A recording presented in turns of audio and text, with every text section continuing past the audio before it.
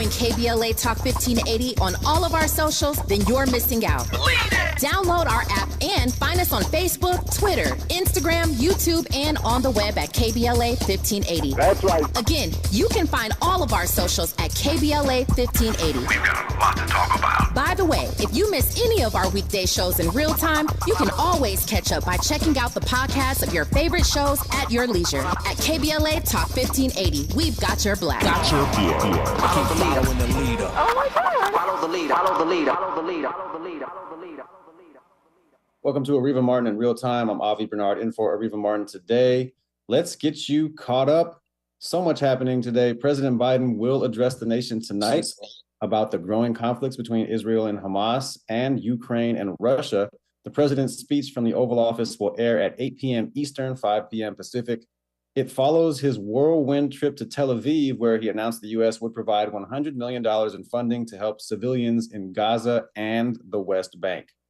President Biden just returned to the U.S. overnight after a trip to Israel, where he offered his backing to the country after the Hamas attack and announced a deal with Egypt to allow humanitarian aid into Gaza. Biden's visit was overshadowed, unfortunately, by a deadly explosion at a Gaza hospital on Tuesday that has fueled protests across the Middle East and hampered diplomatic efforts. The U.S. has offered public backing to Israel's insistence that the blast was not the result of an Israeli airstrike, with U.S. officials and Western military experts telling NBC News that it was likely a misfired Palestinian Islamic Jihad rocket. The Palestinian Health Ministry said 471 people were killed in what it called a targeted Israeli bombing of the hospital. The Senate passed a resolution affirming their support for Israel, its right to self-defense, and condemning Hamas's attacks on civilians. The final vote count was 97-0.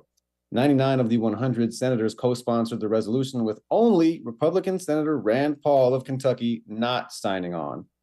The resolution also condemns Iran's support for global terrorism, including its support for terrorist groups such as Hamas and Palestinian Islamic Jihad, and notes that the U.S. stands ready to assist Israel with emergency resupply and other security, diplomatic, and intelligence support needs ahead of President Biden's planned remarks tonight, calling for Congress to pass a supplemental package, including aid for Israel. In a day of whiplash and uncertainty on Capitol Hill, Representative Jim Jordan of Ohio said today that he would indeed push for another vote to become Speaker, even in the face of a growing block of Republican opposition. Just hours after the hard-right Republican said he would hit pause on his candidacy and support elevating the interim Speaker, Representative Patrick McHenry of North Carolina, to temporarily lead the House. Mr. Jordan reversed course yet again and said he would move forward with his bid to win the post. It was not immediately clear when another vote would be scheduled. Former Donald Trump attorney Sidney Powell has pleaded guilty in the Georgia election subversion case 1 day before her trial was set to start. As part of her guilty plea, Powell is admitting her role in the January 2021 breach of election systems in rural Coffee County, Georgia.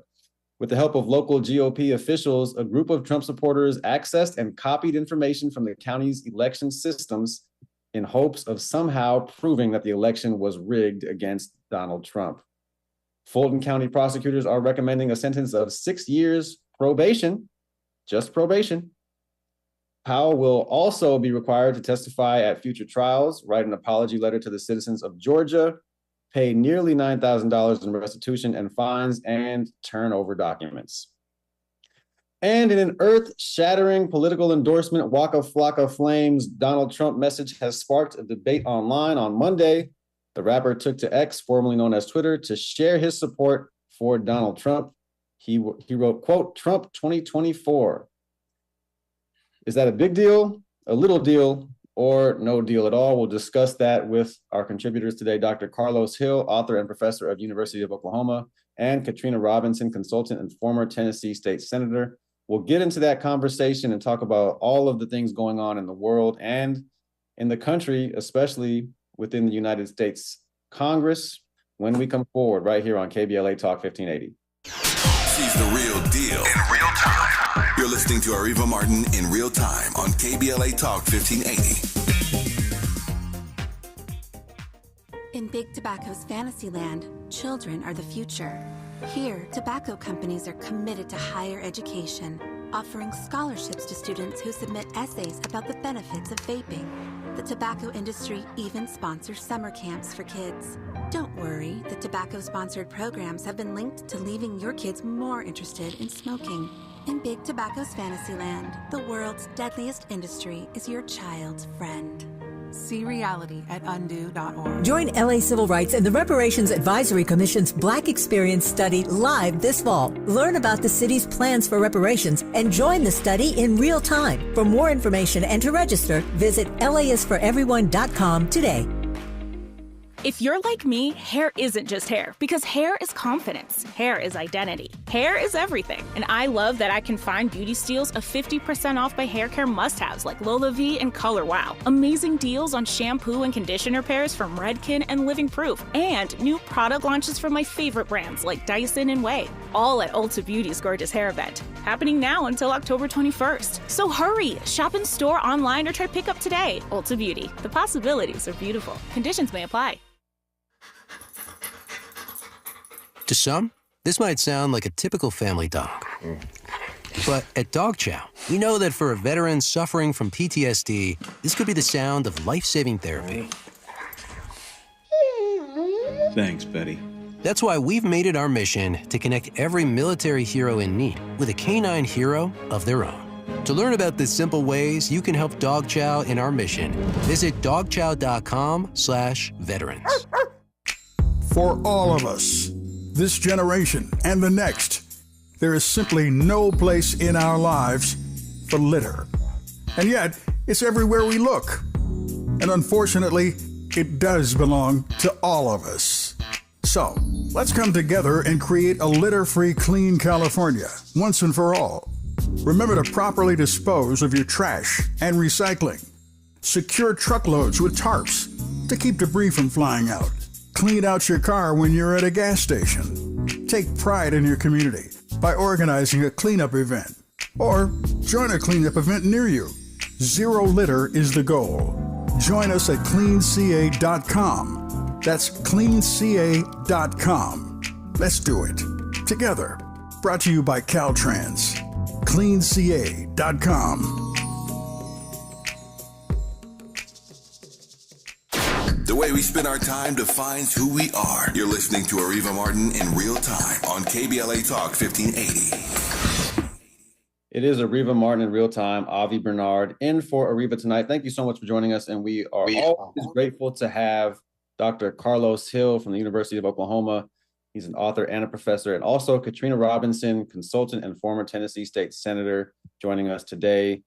Such a great day to have both of you with, as I was joking before the show, just a little light news day. There's not a whole lot going on. Just a little bit here and there. And by a little bit, I mean everything. Everything is happening at the same time. And let's start with President Biden's trip to Israel. This was not an easy decision for him to make, I imagine, even making that trip, just obviously because of the politics, but also because it's an active war zone that is not controlled by the U.S. military. And this is not something that a president usually does. In fact, it's only the second time it's ever happened. The first time was when President Biden went to Ukraine, an active war zone that not controlled by the United States. So President Biden, he is showing, in addition to quite a bit of intestinal fortitude, we'll call it, also a political calculus that he thinks that this will help him. Obviously, everything is politics. The election is next year, but the election is now. And so I want to get your take on Dr. Hill, his trip to Israel. Do you think it was a good trip? Do you think he should have made the trip? What are your thoughts? I think he should have made the trip. The trip was necessary, as you would say, because America has been one of the foremost, if not the foremost, ally to Israel in a really hostile region. And so that was necessary. But I don't want to talk about American geopolitics and that. The ground in which I would say that the U.S. president should and did arrive to Israel, to Palestine, is from the vantage point of, at this moment, it's a true, not a war, a true crisis, and a humanitarian crisis in Gaza, as well as in Israel, with Hamas killing innocent people. And so we have to, as a country, bear witness to that. As our government, our president should bear witness to the atrocities happening in both places. But also, I think what's really important is that, for me, as someone who's grounded in Black studies, is that we have to really, in this moment where we're being pushed to take sides, are you for Israeli? Are you for your Jews or for the Israelis? Are you for Palestinians and Palestinian liberation? Choose your side. Take sides. I think the side, from a Black studies perspective, from a Black studies professor, is we need to support self-determination for both Palestinian people and for Jewish people. Like, self-determination is where the conversation needs to focus. And I think if we really are focused there and thinking about creative solutions, not what we've been talking about, but creative solutions to self-determination, that's where ultimately we're going to end up. And that's where we need to be. We need to honestly not be talking about sides, but talking about self-determination and supporting that. That's where the conversation is. That's where it will ultimately be, is around those things. And until we're really going to focus on that, I just see, and this is what I'm giving voice to when I talk to students. There's a sense of hopelessness trapped in talking about the same old that has led us here. So how do we get to new ground to change? So that's the conversation for me. But definitely, I know that's bigger than that. It's a very nuanced and difficult conversation to have with anyone. I can't imagine the position you're in as a professor, having to deal with all of these different people, students, personalities from different backgrounds, from different areas.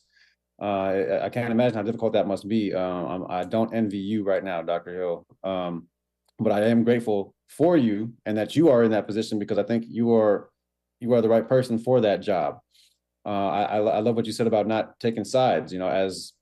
As myself personally being a Jew, and I've talked about this on the show. I have family in Israel. I think it's important that you don't have to take sides. I mean, you can be against humanitarian and civilian suffering just because it shouldn't be suffered by anyone. And you can be against the attacks on Hamas, and you can be against you can be against the attacks, the terrorist attack from Hamas, and you can be against civilians in Gaza being killed. You can be against all that. You don't have to pick a side. You can have this conversation and say what you don't like about certain things, but it's not a black and white situation. It's anything but that. And what really gets me is people speaking up about it when they don't know anything about it, because they feel like, as you said, Dr. Hill, they have to take sides when they really don't. But Senator Robinson, I want to get your thoughts on President Biden's trip to Israel and the entire conflict on the whole as it stands. I was surprised that Biden actually went to Israel. I think it was a good thing for him to do. However, I'm with you on that. It is heartbreaking to watch what is happening. It's heartbreaking to see children being escorted out of a hospital with limbs, missing, and innocent people who have no stake in this, their lives being taken. We've lost over almost 500 people, and including 40 Americans. It's heartbreaking to watch. I'm an anti-war kind of person, so it's hard for me to even talk about. And you're right. There is no place to choose sides here. I'm a person that believes that there is a pathway to peace wherever we go. But I understand the United States position. I understand that there is a lot of misinformation around this conflict and around this war. And we're all, I would say that all Americans, whether they, feel compelled to choose a side or not, they see the human side of this and do not want this to be occurring. Absolutely. That perfectly stated, Katrina. I really appreciate that. And it's not difficult for me to come out and condemn a 6-year-old Palestinian boy being murdered. It depends. Right. It doesn't matter who you are. You should be able to condemn that, and Right. you should be able to condemn Hamas murdering children as well. I mean, I don't see what's difficult about that part of it. As little or as much as we know about the conflict, I don't see how that part is difficult for anyone. And so that's one thing that's been striking about this to me is some people celebrating any innocent person being killed. I just don't get that. But I want to ask you, Dr. Hill, about the proposed or the forthcoming remarks from President Biden is going to be happening just at the top of the coming hour, at 5 p.m. Pacific hour, 6 p.m. Central, I believe, where you are, or 7 p.m. Central where you are, and 8 p.m. Eastern. What kind of message do you think the president will or should give tonight? He will announce definitely his support for Israel, as he should. This is a really impossible situation I'm not thinking of the state of Israel. I'm thinking about the people of Israel who are experiencing this terrorism, this violence. Like, this is an impossible situation for many people. But it's also, the response is impossible for Palestinians who are under siege, who have been forced to flee home. Like, this is an impossible situation. I hope the president will speak to the humanitarian crisis, the crisis that is not politics but people, like suffering. I hope he speaks to that, and I hope that is the reason why we work more quickly than we do to find a way out of this war that has happened, in a way that has really polarized the situation beyond places that I thought it was possible, to be honest, to be very honest.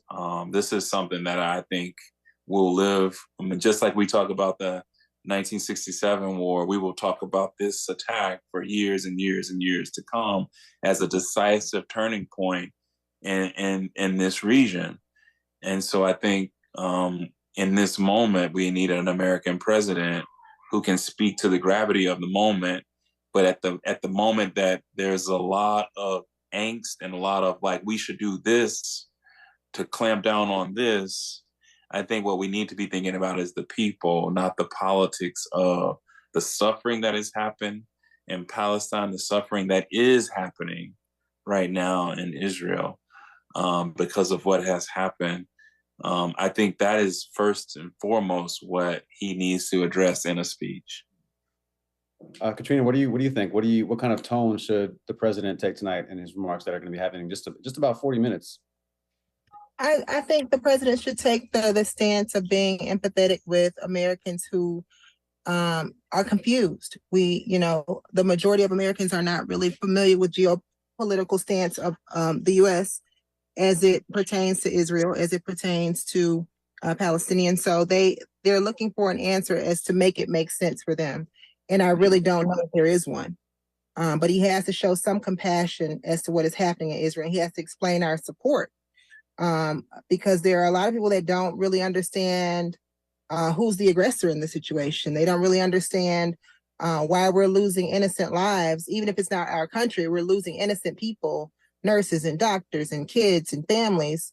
And a lot of people think that, the U.S. is playing a part in that. Like we have blood on our hands. And so he's got to take that standpoint of explaining what this is, where our position is in this whole situation, and he's got to explain the pathway forward and what he predicts is going to happen and the role that the U.S. is going to play in that.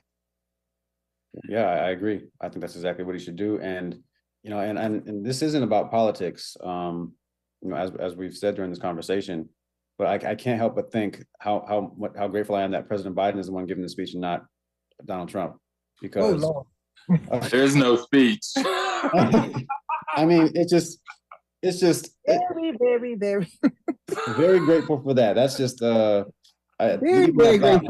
Want to woo-saw. But speaking about the United States support for Israel, the Senate passed a resolution affirming the country's support for Israel and its right to defend itself, and condemning Hamas's attacks on civilians. The final vote count was 97-0. Y'all's boy Rand Paul decided not to partake in that, and the only other two votes who weren't present, newly minted Senator LaFonza Butler from California was out with COVID, and I think it was I'm not sure. There's one other. I think it was Dick Durbin who had knee surgery, so he couldn't make the vote. But every senator other than Rand Paul was on board with this. What does this say about the country's support for Israel? And there's so much, as you said, Katrina, there's so much misinformation going on. Do you think that this kind of really, really rare, unanimous resolution from the Senate will have any impact on Americans and how they're viewing the situation? I don't think so, because Americans still don't understand. They're to us, the Senate is behind this big glass wall. So, and Congress is behind this big glass wall, and Americans don't really understand the relations between us and our international allies. They don't understand NATO. They don't understand what role we play and how we solidify our allies. They really don't understand. And for them to, and I was surprised that it was a unanimous resolution, to be honest with you. But I don't think that it has any weight with the average American, because all they see is what is happening. They don't understand the long-standing history. They don't understand what's at stake for America. And I think that's part of what Biden has to address tonight. He has to break it down to the lowest common denominator where Mama and Papa can understand. But I don't think that is going to have any type of bearing on the average American's perception of the role that America is playing in terrorism. To someone who doesn't understand global relations, they feel like America is contributing to the terrorism, because they don't know, again, who's the aggressor, and they don't know what's at stake. And if you talk to the common person, they feel as if America's in jeopardy. So again, President Biden has to be the one to deliver the message that quells those fears, but also that explains our position in this whole thing. Yeah, as Steve Carell would say, or he did say on The Office, explain it to me like I'm 5. That's what President Biden needs to do today to everyone. Dr. Hill, do you think that even misinformed Americans might look at something like the Senate having a unanimous resolution, which almost never happens? Do you think they might just look at that fact alone, even if they may be misinformed or uninformed about the situation, and think, you know what, maybe this is a good thing. Maybe we should support, maybe we should condemn these terrorist attacks by Hamas? Yeah, I mean, I think about these things historically, and I think that's what was on the agenda for Congress. You're right. We don't see Congress acting in unison, particularly in these times, right? Republicans and Democrats voting in one accord. And so when that happens, we have to stop and say, what is going on? But I think it is because of our history as a nation. We were a country that refused Holocaust victims. We are a country that did not, we saw the violence, but did not respond appropriately to the violence occurring in the racism occurring in Germany and then across Europe. And so I think we live with what we did not do when we saw things occurring to Jews across the world. And I think that is something that has remained with us, and that's a legacy that we're often reminded of in these kinds of moments, right? And I think that the response of the 97-0 is definitely in response to history when we haven't done that. And there have been real reasons for us to call alarm, and we did not. And so I think these kinds of votes often are in response to history, not necessarily what's happening right now. Because I know that's been a very deep part of American cultural remembering. And certainly if you've watched Ken Burns' documentary of the American Holocaust, what we did not do is something that he has made very clear. That and so I think that's a part of our politic when anytime we're talking about a response to violence, particularly what we would consider atrocities, genocidal, like we're always going to be in that place. And so I think that's in part, not everything, but in part why we had such bipartisanism around that. I'm really glad you took it there, Dr. Hill. I mean, we don't often look back at World War II and say, you know what, we were really late to that party. We were super late, and you're someone, Dr. Hill, who spends a lot of time in Germany, and you know a lot about this subject, and sure. It's just when you look back on World War II, I mean, London was just about defeated by the time the United States got in.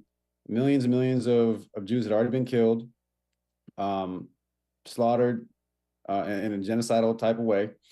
And the United States was trying not to get involved, trying to sit back there with their hands like, yeah, maybe we, and sometimes you have to get involved. And it is really interesting to look at it through that lens. I would say, Avi, I would just say that is the lens. It's not a lens. I mean, it is the lens that colors the politic, American politic, as it relates to Israel. This is not to say whether it's right or wrong, but that is our relationship to this past. And that is where I think the biggest tug is what we haven't done. The same for Germany. Germany is in the same position as the U.S. in so many ways, and how these countries have understood post-World War II how it should relate to Israel in crises such as this because of the Holocaust. And this is not to justify, this is just to add context and explanation for Biden's visit and the tone of it. Yeah. When we come forward, I want to talk about, from the Senate to a less serious body, which is the bar isn't that high when you have senators like Tommy Tuberville, but to a less serious body in the House of Representatives and what they have going on. But yeah, just to kind of put a period on that discussion about World War II. I mean, bombs were being dropped on the cities, on London, and Winston Churchill saying, "Help, United States, help!" And we're like, not yet, buddy. And then we got attacked in Pearl Harbor, and then we're like, okay, we'll get in. So, I mean, really, really crazy stuff. When we come forward, though, we'll talk about this madness in the House and Waka Flocka's presidential endorsement. How big of a deal is this? We'll have a discussion right after this news, traffic, and sports update as Senator Robinson rolls her eyes right here on KBLA Talk 1580. Areva time is the right time. More of Areva Martin in real time when we come forward. I'm Tyreek Wynn. Here's the latest on the Black Information Network. The suspect said to be responsible for the killing of rapper Tupac Shakur, who is black, is set to appear in a Las Vegas courtroom today, where he'll be arraigned on a murder charge in the 1996 cold case. 60-year-old Dwayne Davis, who is black, is accused of orchestrating the drive-by shooting that killed Tupac and your record producer Suge Knight. New Chicago top cop Larry Snelling, who is black, wants officers to be more aggressive when it comes to fighting crime. The police superintendent says it is what he calls aggressive constitutional policing, and he believes it will curb criminal activities such as downtown takeovers when young people become disorderly. Snelling also added that it's important that violent criminals are held accountable. Beyonce, who is black, has announced her concert film Renaissance, a film by Beyonce, comes out in December. That's the latest. I'm Tyreek Wynn on your home for 24/7 News, the Black Information Network, and BINnews.com. It's a SIG alert now in Van Nuys, 405 South at Sherman Way. Watch for this crash blocking your two right lanes. You've got a jam up from Nordhoff. Mission Hills, they're calling this one a SIG alert too. Stalled Big Rig on the 118 East. Just before the 405 connector, two right lanes remain blocked. 25-minute backup from Porter Ranch on the eastbound 118. Through Compton, a vehicle fire 91 West at Santa Fe. 3 left lanes are out here and a 35-minute backup coming away from Atlantic. Hi, I'm Kyle at Blindster.com. Want to save big on custom faux wood blinds, shutters, cellular shades, and more? Shop Blindster today and save up to 50% over comparable blinds from brick-and-mortar stores. Get custom blinds at low prices and free shipping at Blindster.com. This is the KBLA Sports Minute with Ray Richardson. James Harden was a no-show at practice again for the second straight day in Philadelphia. Harden continues to show his anger at Sixers GM Daryl Morey. Harden is trying to get Morey to trade him to the Clippers. Morey once challenged swingman Terrence Mann and a first-round pick from the Clippers. The Clippers keep telling Morey that Mann is off limits. At the moment, this trade is not going to happen, leaving Harden in a tough situation. Harden is under contract for $35.6 million this season. If he continues to stay away from the Sixers, Morey is going to start dipping into Harden's money. The regular season tips off on Tuesday. That's when the Sixers can start finding Harden, which will cost him about $435,000 per game. Is an attitude with your boss worth that much money? No debates, no speculation, just the info you need. That's your KBLA Sports Minute. I'm Ray Richardson on KBLA Talk 1580. Follow the leader. KBLA Talk 1580. Follow the leader. If you're not following KBLA Talk 1580 on all of our socials, then you're missing out. Download our app and find us on Facebook, Twitter, Instagram, YouTube, and on the web at KBLA 1580. That's right. Again, you can find all of our socials at KBLA 1580. We've got a lot to talk about. By the way, if you miss any of our weekday shows in real time, you can always catch up by checking out the podcast of your favorite shows at your leisure. At KBLA Talk 1580, we've got your black. Got your black. Follow the leader. Oh my God. Follow the leader. Follow the leader. Follow the leader. Follow the leader. Follow the leader. KBLA Talk 1580. We've got a lot to talk about. Maisha Cairo here for KBLA Talk 1580. We're live in Los Angeles at JP Morgan Chase's Advancing Black Wealth Tour. And I'm speaking to some of the attendees today to see why it was so important for them to be here. Yeah, this is Lathan and Tyler. Main reason that's very important for me to be here is just to leave a legacy for my kids. Black wealth, generational wealth is what we need in our community, you know. Oh, Chase, someone has to take the lead. They're showing, big business like Chase cares, and they're putting their money where their mouth is at. So it's good to see, big institution like Chase, giving a lifting hand, to the community, and you got to respect that. It makes me want to bank with Chase, and give them another look. If I go to another institution, I actually see what Chase is doing for the community. That's right, Chase is doing their part to help advance Black wealth. For more money support, tune in every day from 12 to 2 to KBLA Talk 1580's Midday Money Chain, right here. Hey, son, how are you feeling? I'm fine, Pops. What's on your mind? I can't explain it. Navigating without a compass, eyes waiting, started to wonder. Metamorphosis, the loss of who you thought you was. When your kid can't find the language, help them find the lyrics. Listen to the Sound It Out album and get tips and tools to start a conversation at sounditouttogether.org. Brought to you by Ad Council and Pivotal Ventures. At Susan G. Komen, we believe that ending breast cancer needs all of us working together. Because if you've just been diagnosed and don't know where to turn, we've got you. If you can't afford the treatment you need, we've got you. And if you are driven to honor the loved one you've just lost, we have a place for you here. Because of you, we're supporting those who need help today while tirelessly searching for tomorrow's cures. Visit Komen.org and be a part of our Susan G. Komen community today.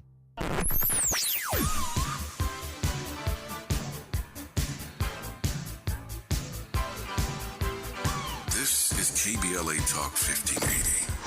Talk radio that's music to your ears. We're unapologetically progressive. KBLA Talk 1580. There's no time like the present. Let's get back to more of Areva Martin in real time on KBLA Talk 1580. We're back on Areva Martin in real time. Avi Bernard in for Areva today, and we go from the United States Senate with a 97-0 resolution to support Israel to the House of Representatives, who can't even elect a speaker. Quite different situations going on in both chambers of Congress here. Katrina Robinson, former state senator for Tennessee, and I am so interested in this situation. I am so intrigued by what's going on in the United States House of Representatives, mostly because it's Republicans eating themselves, and that's always fun to see. But there are real world consequences to this. We do need them to get their act together. Almost use a different word, get their stuff together, so that we can get some aid to Israel, get more aid to Ukraine, and not have a government shutdown here in a few weeks. But today, so Jim Jordan was the latest candidate to kind of fall flat on his face. It was Rep. Steve Scalise who won the GOP House internal vote, and then he did not win the vote on the floor. He came many votes short, and then Jim Jordan stepped up and said, "Oh yeah, I'll do it. I think my crazy ass is the right one for the job." And even people in his own party were like, no, you're not. And so he, after winning the internal vote to be the House designee, lost on the floor by about 20 votes. And the second vote, he lost by about 22 votes. And then he said, you know what, I think we should empower the temporary speaker, Patrick McHenry. And Republicans were like, no, we don't want to do that either. And so Jim Jordan then says, you know what, I'll have another vote. We don't know when, but I'll have a third vote. I'll try again I think I can get the votes to be speaker. Senator Robinson, what in the world? Where are we? What do you think about this situation? What is going on? This is the craziest ish I've ever seen in my life. They know that the world is watching us. And it's embarrassing to me. I'm not even a part of the body, and it's embarrassing to me. Jim Jordan, I don't know if he's like not letting go of his wrestling days, like he's still wrestling with this vote or whatever it is, but he needs to go on back home and let Hakeem Jeffries have this seat, because anytime Hakeem Jeffries beats you, I mean, what is the point of having another vote? I mean, all we're doing is stalling out. And from my understanding, Jim Jordan hadn't passed a bill in 16 years. Why would you want someone so ineffective in leadership? This is the same person that was the insider on the insurrection, the same person who passed the national abortion ban. This is the same person who has been called a legislative terrorist among his peers. Why is he even up for debate in the first place? This is an embarrassment to America. It is a slap in the face to democracy. I just wish that we could just move past this and do what needs to be done so that the business of this country can be handled. You brought up many great points. Jim Jordan not passing a bill because he's not interested in governing. He's never been interested in governing. He doesn't care if things get done. He cares about blaming Democrats for everything and taking rights away from women and whatever other harm he can cause. He's really just like he really believes, I think, in the crazy stuff he talks about. And now he's surprised that he's not going to get Republicans to get on board with him. It is amazing. And the fact that he is the leading candidate, even though I don't think he'll ever get the votes to win, but the fact that he is the leading candidate among Republicans to be their Speaker of the House, Dr. Hill, what does that say about the state of the Republican Party, that he is their guy right now? Even though all of them aren't on board, the vast majority of them are. The vast majority of them are. Yeah. Trump is their guy. Yeah. Right. Yeah. Well, That's Trump's guy, and they all vote for Trump. So I guess it's to your point, Senator Robinson. It's not surprising, but wow. Well, Dr. Hill. let's put it in context. For years, we have been talking about Congress having all-time low approval ratings. We always talk about the presidential approval rating. Where is Biden? Where is Trump? Where is Obama? And it always, but we never spend a lot of time talking about the approval rating, the satisfaction that Americans have with their representatives, the vast majority of them. and for at least the last 10 years, but I would say more than that, they have been below 10%. Americans' approval rate for Congress has been so low. And now it's anemic. It's non-existent. And so when you take how Americans think about Congress, and then now you add to it how congressmen think about being in Congress, vis-a-vis being in the leadership position, no one really wants to be in that position because they just saw what happened to someone who was senior, who had spent their career building toward that, and how the party in so many ways betrayed them, who was fighting for the most regressive agenda that you could fight for. You still didn't find a way to support them. Who's going to step into that, given how low Congress is, and like in general, and then how little there is to gain from being the speaker? Like, who's stepping into that, like McCarthy did for 15 times, and then even after 15 times, he's not the chair? How is that possible? I don't know. I don't know. I just want to read a piece of an article. So there was an internal Republican meeting today that lasted about 3 hours about the speakership, right? And so Matt Gaetz steps up to the microphone. This is an article in Politico. Matt Gaetz steps up to the microphone, and the person he ousted, Kevin McCarthy, yells, "Sit down!" And of course, Matt Gaetz refused. And this is I'm reading this straight from Politico. The room met Gaetz with booing, profanities, and calls to back off. When Gaetz refused, Rep. Mike Bost of Illinois, Republican of Illinois, stood up and hollered a command at him that one Republican recalled as, "If you don't sit down, I'll put you down." Close quote.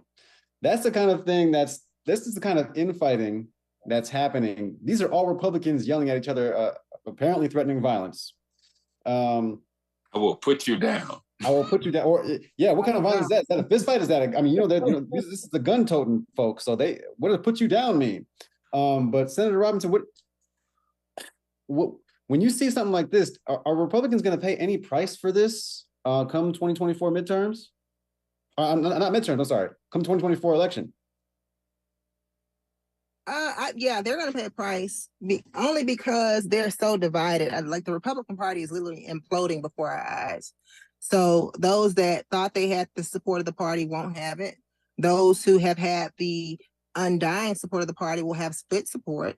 And so it will undoubtedly affect them. I'm not surprised that things have come to what they are. I mean, we witnessed it here in the state legislature, people choking folks and shoving them. I mean, it happens. It happens. We look so dignified on TV and in committee, but when they get to the floor, it gets pretty intense. So I'm not really surprised that that's happening, especially when you have egos, you have things that are at stake, and everybody's kind of frustrated with the state of things right now. But I do think it's going to hurt them in the long run because there's no more confidence in the Republican Party. If you talk to someone who's been a staunch Republican for years, they are having questions about their own party. So I do think it's going to hurt them in this election cycle. Do you think we're seeing the near end of the Republican Party as we know it, or as we have known it? No, it'll be revived. Look, I'm gonna tell you, once this Trump issue is settled, you're gonna see a resurgence of the Republican Party in a different light. That's what I forecast.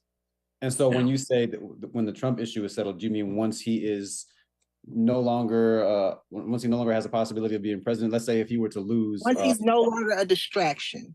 Okay. So right now, Trump is not. Yeah, he's their number one guy. He's on a pedestal right now because he has the majority of the support, but he's undoubtedly a distraction to the Republican Party and their agenda. So once that distraction is removed, I see the party kind of recalibrating and figuring out what direction they're going to go in, and they'll regain their base.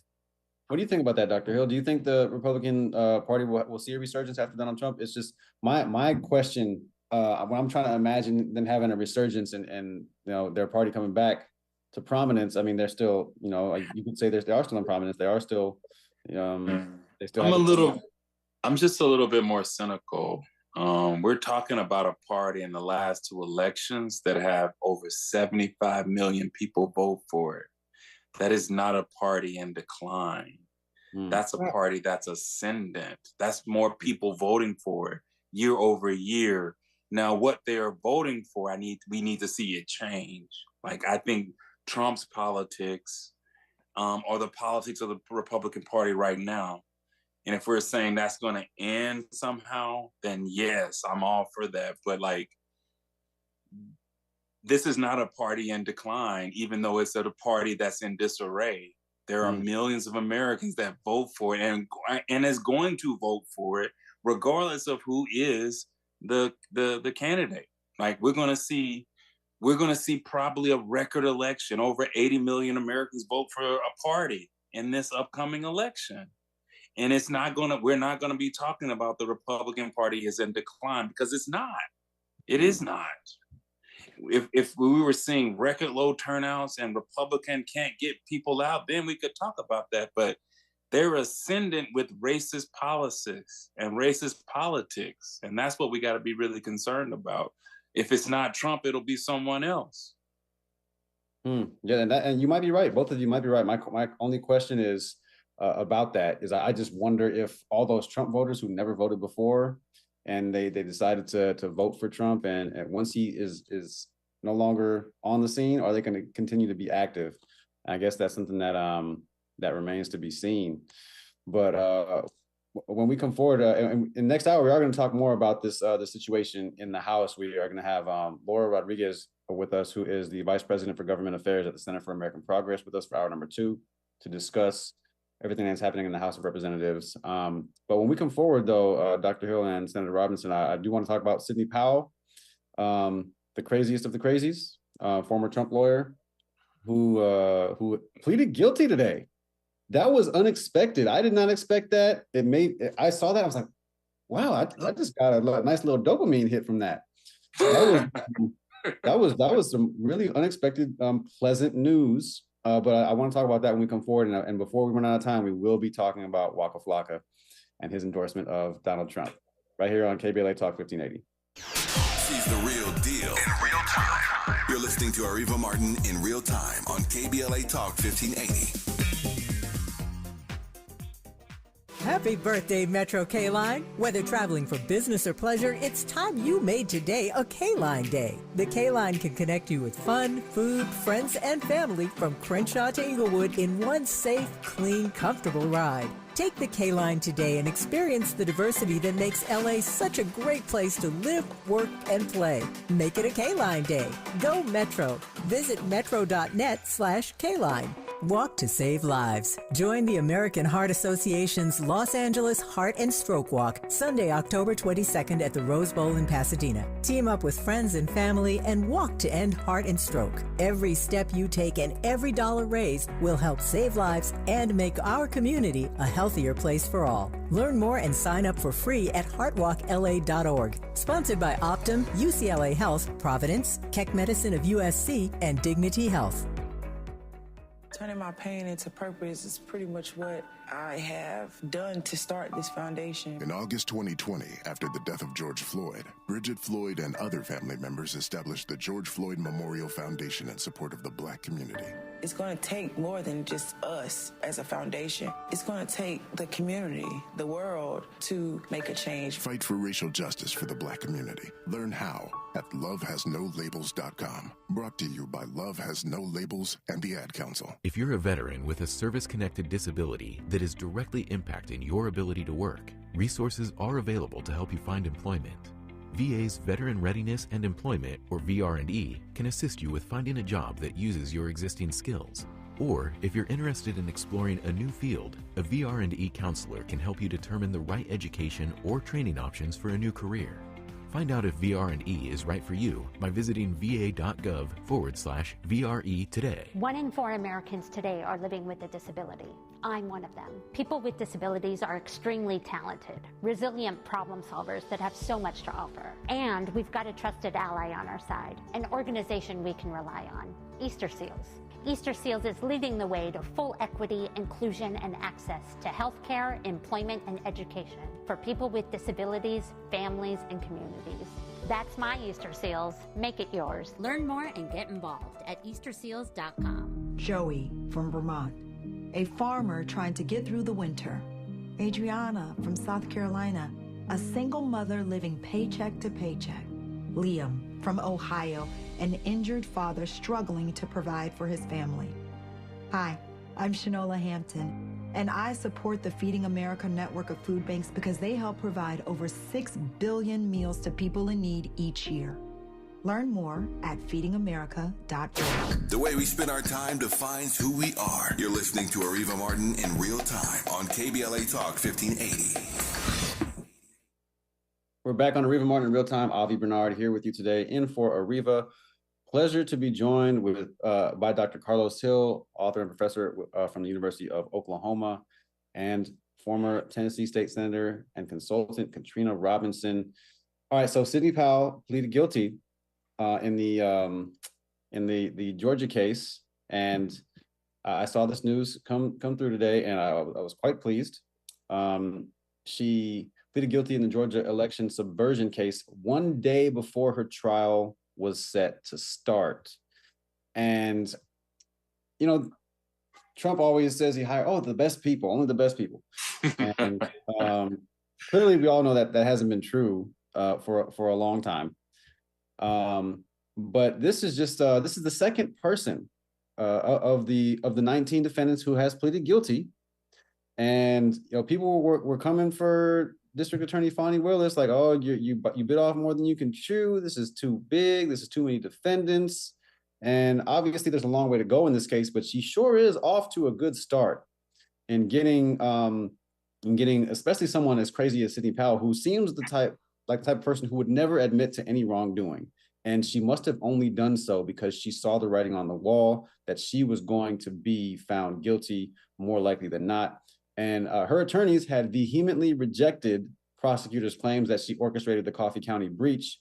They said at pretrial hearings that prosecutors were incorrect and that the evidence will show that she was not the driving force behind the incident.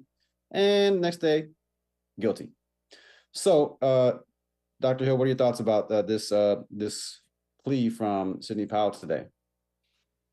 I think, like you, Avi, it is good news. It bodes well for the overall case. If this is the case that they're bringing against people closest to Trump who have key knowledge as to what happened and they are being convicted, then it stands to reason that the evidence that they have and that they will bring to bear and that they will ultimately prosecute for Donald Trump will be even stronger if the people who are connected with him are really saying, my God, we are going to tell the truth. like seriously. Cause there's no other way. It's so clear what happened. Like, we can't hide from this. But I think that being in America, and this is me, I'm just going to say this, Ivy, and I know we only have a short period of time, but as a historian of lynching and racial violence, I just don't see Donald Trump, who is the ringleader, who inspired all this, being held accountable, even with it seeming like the chips starting to fall on this conspiracy that his minions aren't able to get out from under, but somehow he's going to be able to. No, I totally hear you, Dr. Hill, and I've asked that question on the show many times. Will Donald Trump ever actually pay for what he did with prison time specifically? And I think almost everyone has said no. And it's hard to imagine it until it actually happens. But Senator Robinson, were you surprised when you saw that Sidney Powell pleaded guilty? No, actually, I wasn't surprised. But to be honest with you, when the lawyer pleads guilty, it's a problem. Look, she knows there's a case. She went from 7 felonies to 6 misdemeanors. She's not crazy, okay? And what this does is open the door for much more evidence to come out against Donald Trump and his other 17 co-conspirators. And keep in mind that this lady is the same person that was having those conversations with him even after everybody else had washed their hands with the scheme. So she's got more evidence than anybody. So I think it was very smart on the prosecutor's part to offer her a deal to do this. But I also think it's very dangerous. Now, I'm optimistic as to what will happen with Donald Trump. I don't necessarily think it's going to be jail time, but he's not going to get away clean in this. Oh, I sure hope you are right on that one. And I'm glad you brought that up because I forget that she was actually a lawyer. She was a lawyer, and she was just so crazy. You can't even believe that she might possibly be a lawyer. But before we run out of time, Waka Flocka Flame, a rapper who hasn't had a hit in I don't know how many years. He has come out in support of Donald Trump's candidacy. We've seen other rappers come out, most notable of which maybe was Lil Wayne. This is not that. And we saw that how much that endorsement did. It didn't do anything. But what is someone like Waka Flocka doing? What do you think that maybe he was paid for this, or wherever you want to take this, Dr. Hill? You got about 60 seconds. I want to give 60 seconds to each of you on this. What are your thoughts about this? I don't know where I'm gonna say dear brother because I listen to the brother's music. I don't know where this is coming from, but I will say that I am fascinated always by the diversity of Black people's political, how we situate ourselves. And I'm even more mystified by Black conservatives, people who would array themselves with the Republican Party, and someone like Donald Trump, even with all that we know about him. I'm mystified by those people, but they exist. They are a significant part of the Black community, people who vote conservative, who think conservative, who act in conservative ways, and they will ultimately vote for someone like a Donald Trump or campaign for them. And so it's always a fascination for me. I'm always ready to say they are and somehow betraying people because of the politics of those places. But I will say honestly, I haven't honestly tried to think deeply about them either. But maybe he's in that camp with Kanye, and I hate to say Kanye because Kanye's been so vilified, but we don't understand why they're taking the position that they are. So that's why I would say it. All right, Senator Robinson, wrap this up for us. Wrap up this discussion with your thoughts on why. Look, Waka Flocka Flame hadn't had a hit since I had a flip phone, baby. He's irrelevant. Okay, this is your son. It's not no hands, it's no brains. Like, I don't understand. In 2016, Waka Flocka Flame was the first person to say F Donald Trump. Now you get a Lifetime Achievement Award at home. Now it's, oh, he's my president. He's confused. He's confused. He's not a conservative. I'm sorry, Dr. Hill. He's not a conservative. He's confused. Put him in the bucket with Sexy Red. Don't put him in there with Kanye, because Kanye is actually a genius. We're going to have to leave it there. We're out of time, y'all. I'm sorry for confusing. I added to the confusion. We're out of time. Thank you so much, Dr. Carlos Hill, author and professor at the University of Oklahoma. And thank you for having us. Absolutely a pleasure. Katrina Robinson, consultant and former state senator from the state of Tennessee. Thank you so much. We'll definitely talk to both of you soon. Thank you for having me. Absolutely, y'all. When we come forward, we're going to be talking to Laura Rodriguez. She is the Vice President for Government Affairs at the Center for American Progress. We're going to talk about the chaos at the House of Representatives right after this news, traffic, and sports update on KBLA Talk 1580. KBLA 1580 Santa Monica. I'm Tyreek Wynn. Here's the latest on the Black Information Network.